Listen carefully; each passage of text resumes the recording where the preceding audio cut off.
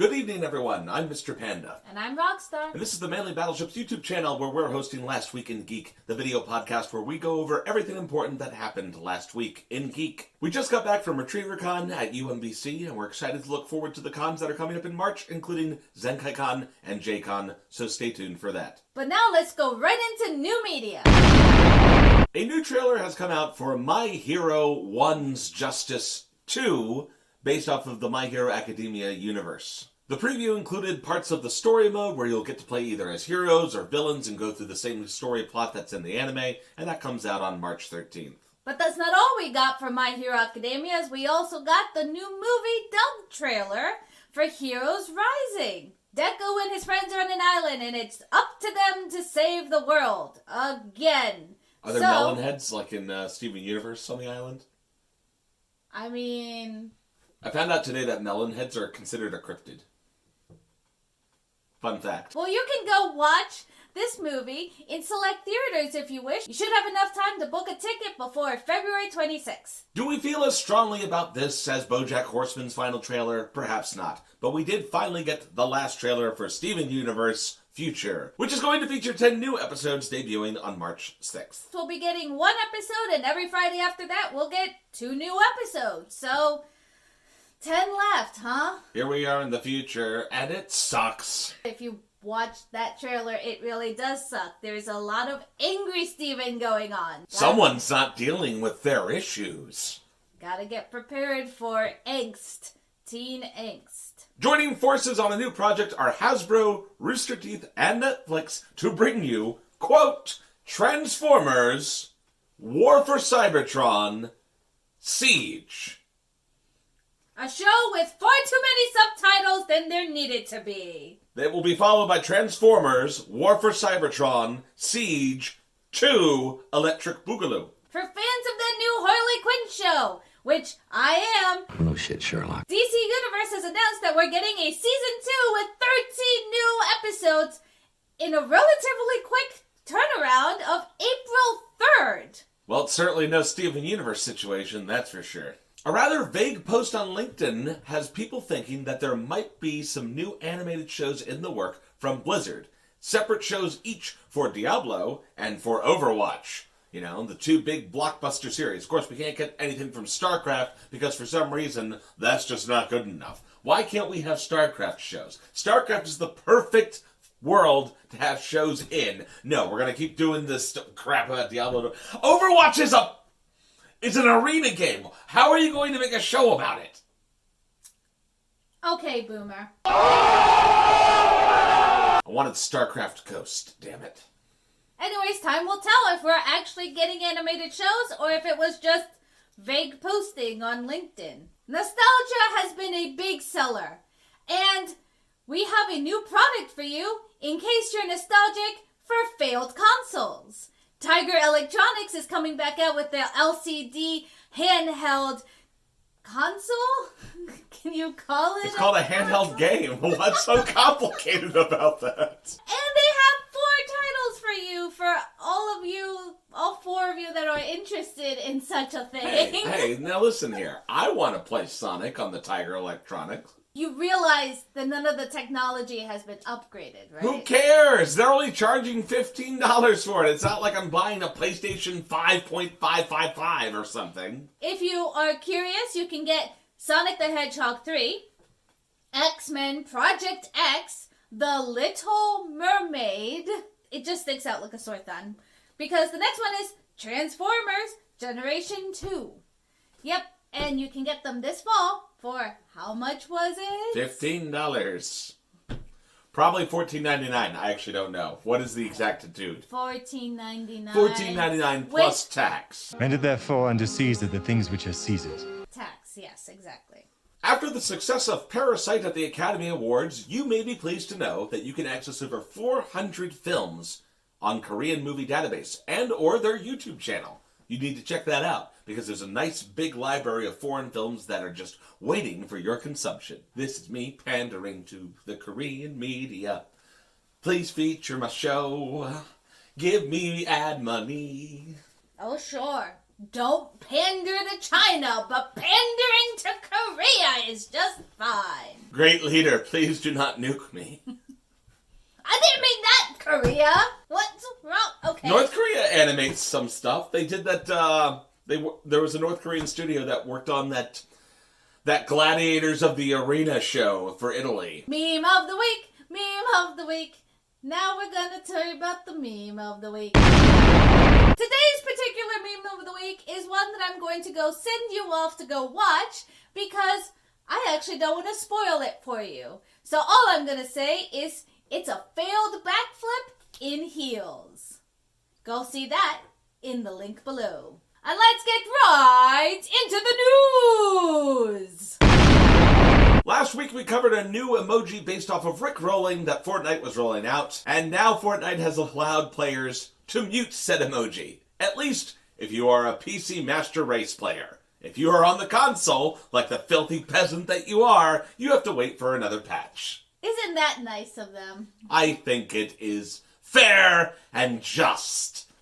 Yeah. As a PC playing aristocrat in the room, I feel that I have been adequately compensated for my prior inconvenience. You realize they did this only because people were actually getting demonetized like I said they would be. Well, Roxstar was right for once. Who could have imagined?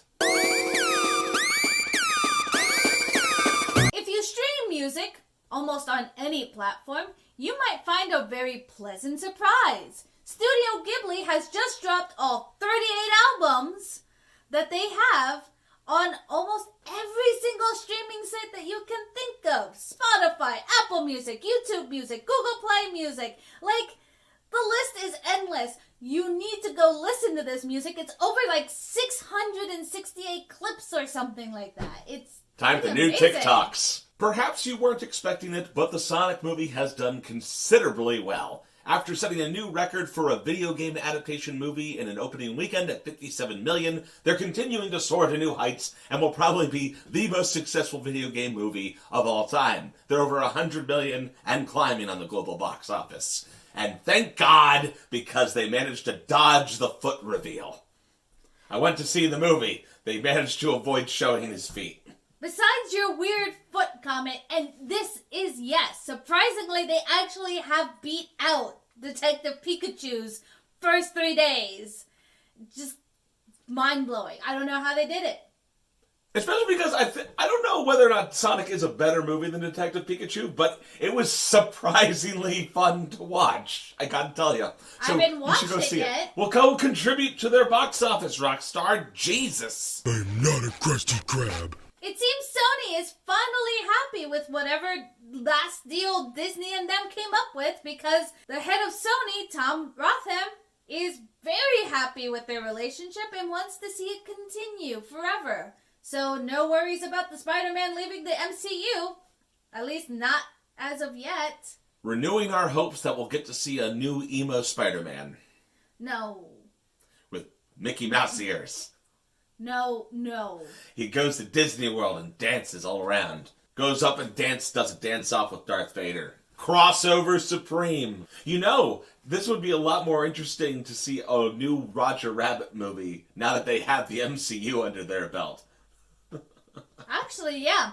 I would love to see that. Last week, we told you about how HQ Trivia was coming to an end. Well, they're having a heck of a week. Let me tell you, because it sounds like they might have found a new backer. Leading us to wonder, why did they go through the trouble of that really awkward end stream? In the meantime, they're still facing some controversy because a bunch of people who were previous winners, correct, have not yet received payment. So they got some back balances to deal with if they do end up coming back. Well, it wasn't just back balances, but some players even saw all of their winnings just poof, disappear with no payment whatsoever. You got my money, motherfucker! Gotta fix that little glitch that you're having there, HQ Trivia. Glitch.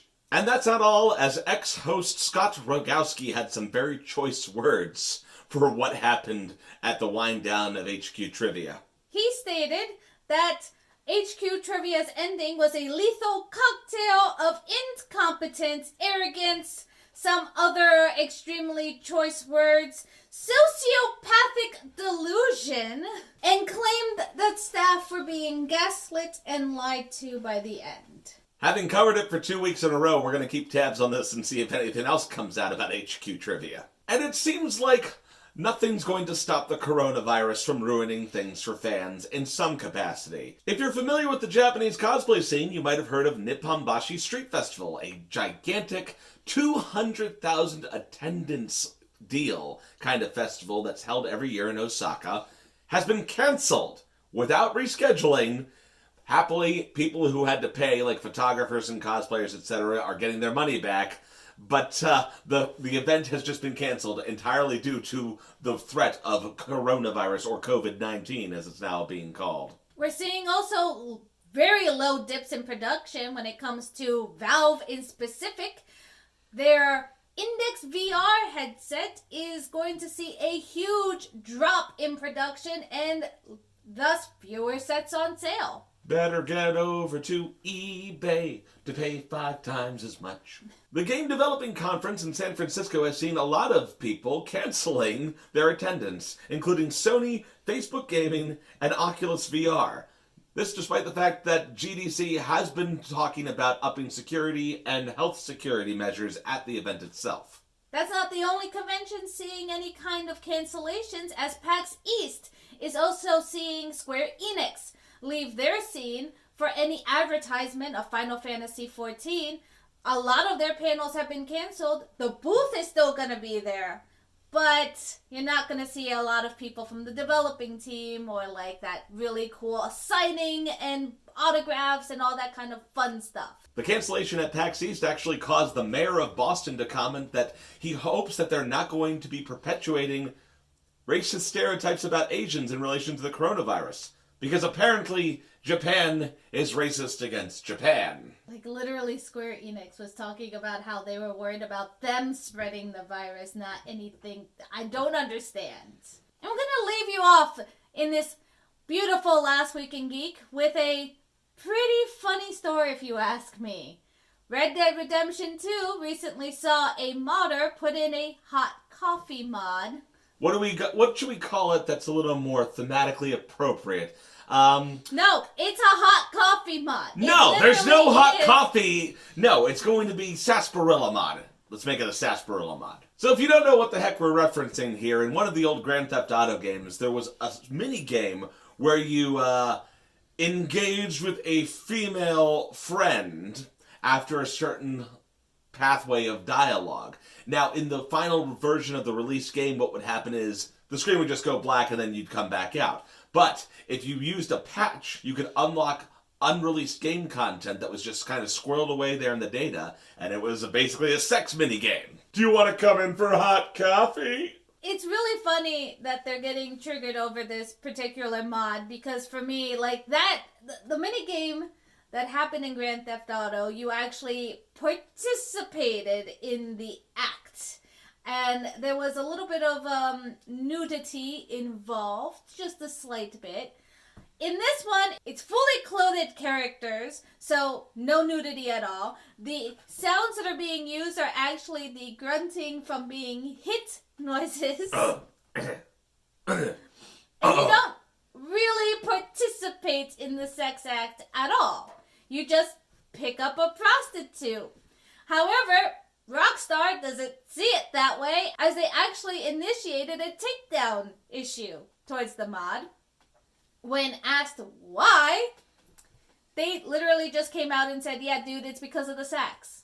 Like, it's not against their terms and service, it's just because it's fucking sex. As a reminder, this show is not for kids. And that's where we'll leave you this week, ladies and gentlemen. So thank you for sticking with us here at Last Week in Geek from Manly Battleships. We hope that if you are new to the channel, you will hit subscribe.